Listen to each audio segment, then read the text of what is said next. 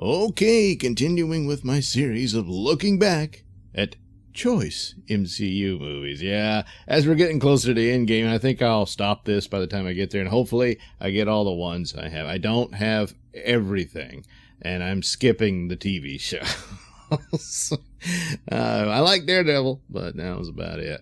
Okay, so next on the list here is Thor, The Dark World.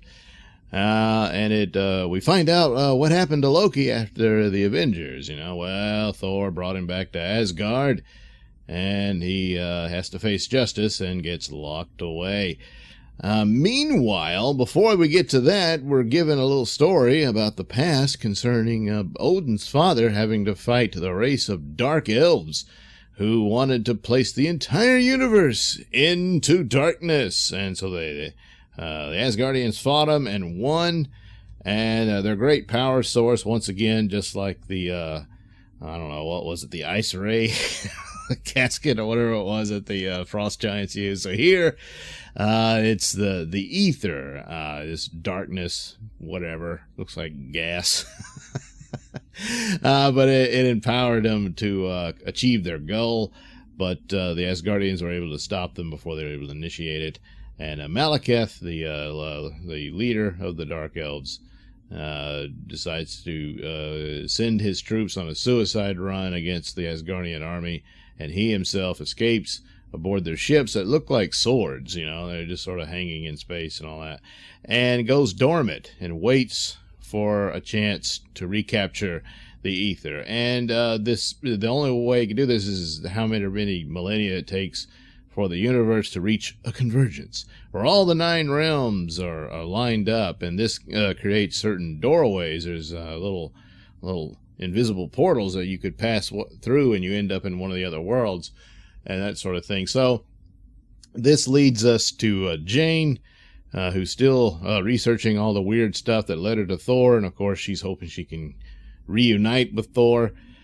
So she's doing that, and they're in England or London, and they discover something. There's this bizarre anomaly some kids have found, and they're playing with it, and you could toss a Coke can down these stairs, and then it'll disappear and then reappear from the ceiling and come back and over again, and and so it's fascinating. Well, of course, Jane snoops around and ends up going through this door, and she stumbles right into the ether. She absorbs it. And so now it's contained within her, and of course, she becomes the focal point of the forces that are going to war again. So, meanwhile, this causes the Dark Elves to awaken from their long slumber, and now they're going to pursue and find this thing. And Thor comes to Jane's aid because Heimdall notices she disappeared. Well, it's because she went into another world beyond the one she was in. And so Thor comes looking for her, and there she is, and they discover, she's infested with this ether thing. So Thor takes her off back to Asgard, so she gets to see Asgard and all that. And Odin's all mad because he's like, you got to give up this girl. She's immortal. It's not going to work out and all this thing. And then he discovers, holy crap, she's got the ether, and he realizes he knows what it is because it's from the old tales from his father about the war with the Dark Elves. And but he's confident the Dark Elves can't get it and all that, and he doesn't quite know how to treat Jane's condition. Meanwhile, back on Earth, we find Eric Zelig, and after what happened to him, after what Loki did to him, he's gone completely insane. But he's still pursuing the theory, and he actually catches on to the convergence and understands it, but he's so crazy he keeps showing up naked all the time and all this sort of stuff. So that's part of the comedy, and for the first half of the movie, that works. And a lot of people declare this movie as being rather weak, and some just flat out don't like it. And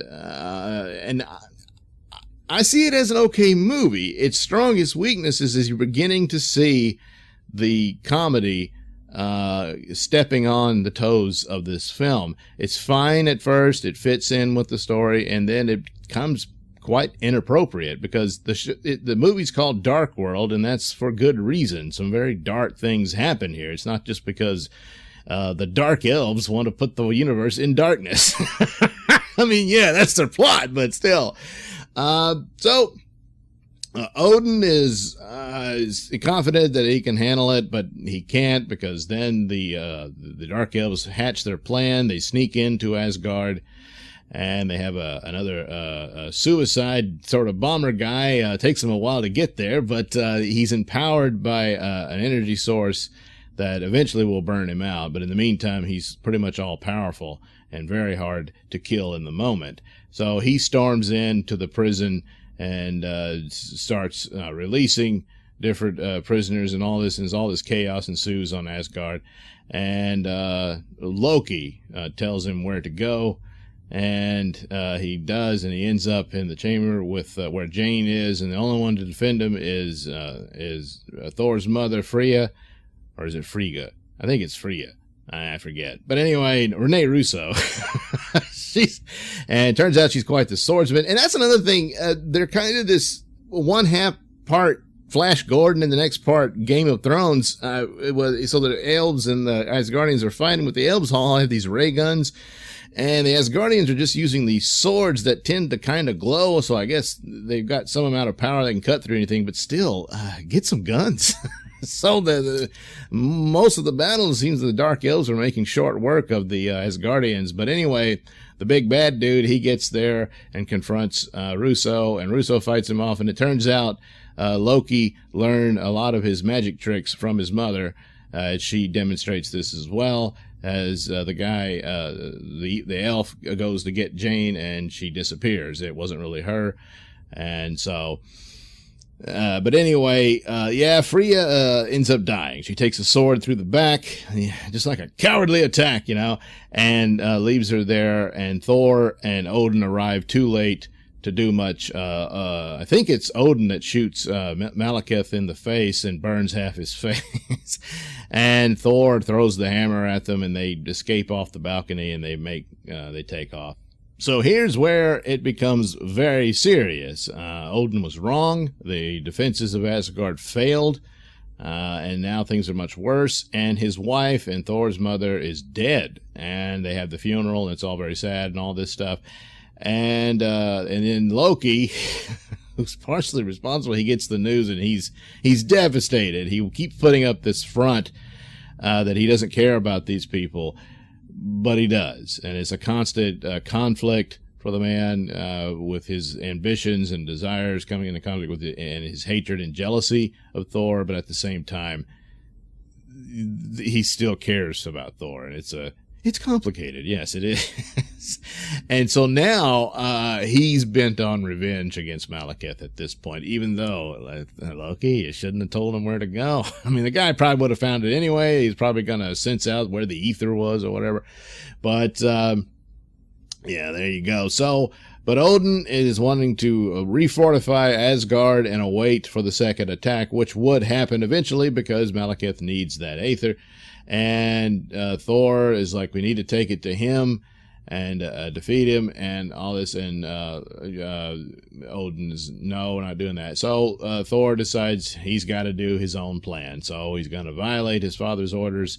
And he comes up with a plan that is actually not too bad eventually when it gets enacted. So he needs Loki, because Loki's the only one who knows the secret back doors in and out of Asgard, because he can't use the bridge because Heimdall can't violate a direct order of the king, even though he still does, because he helps Thor out by throwing Odin off the trail and all this stuff. So there's a big chase, and Thor's friends help out, and each one warning Loki that if he betrays them, they will kill him.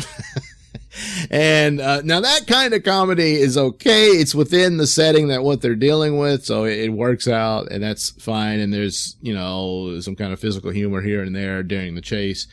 And they make it out, and leading up to the confrontation with Malekith, they get to the dark world, and they fake out Malekith to make it look like Loki, yes, has betrayed Thor and wants to side with Malekith and all that. So they fall for it.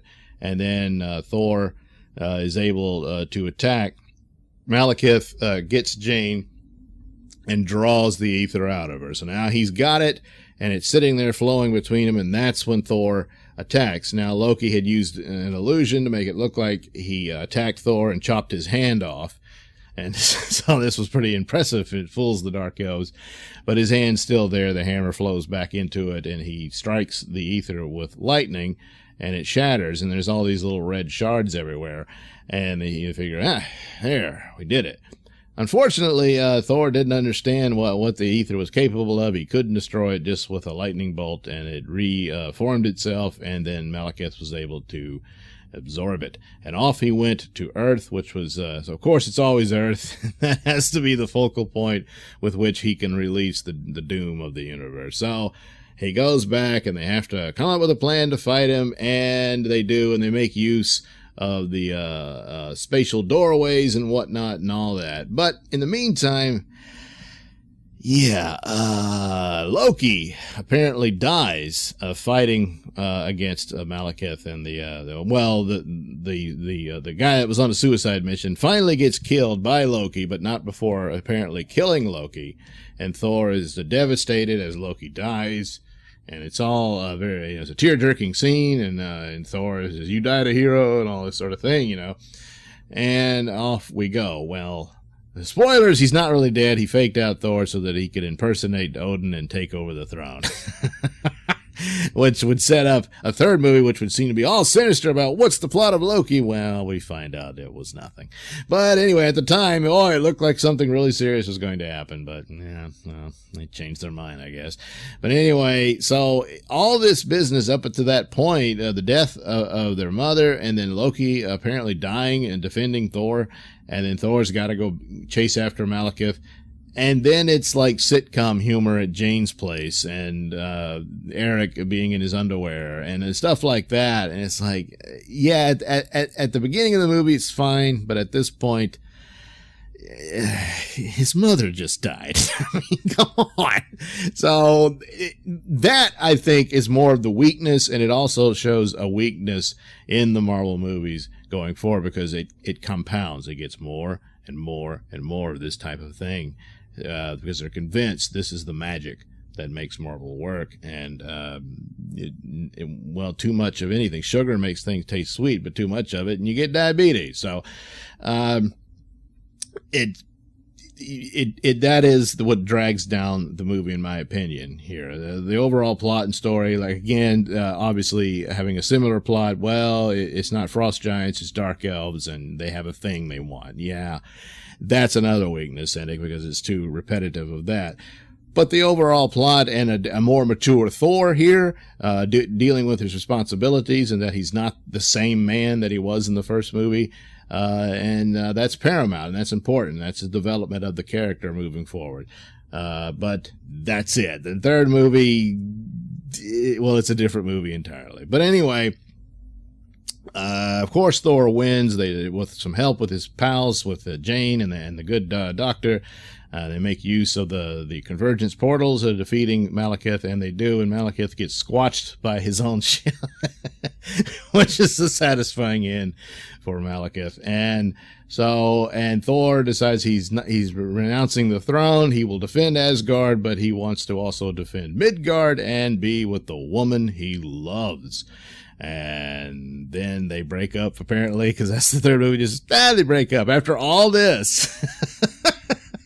Well, what are you gonna do? So, but overall, I still see it as a solid film of its own. I don't think it deserves hatred or any of that sort of thing. But does it have flaws and weaknesses? Yes, it does. But I just don't see it as being as weak. The weaker movies are some other movies. I think the Guardians movies are weak. Spider-Man is probably the worst they've done. Even up against Captain Marvel. Captain Marvel is a bad film, but it's a lot of the criticisms of it is the outside crap that was involved, especially Brie Larson. But the movie starts off interesting, and then it just evaporates. It doesn't have a plot and all that sort of thing. But Spider-Man, well, that's another story. Anyway, Thor: The Dark World, not bad. Not bad. Not great, but not bad. Thank you for watching and listening. Please like and subscribe. And for those of you who have subscribed, thank you. I do appreciate it. And if you didn't like this video, well, I thank you anyway for taking the time to listen. By the way, while you're here, why not check out that link description below? That'll take you to my many stores that have plenty of goodies for you.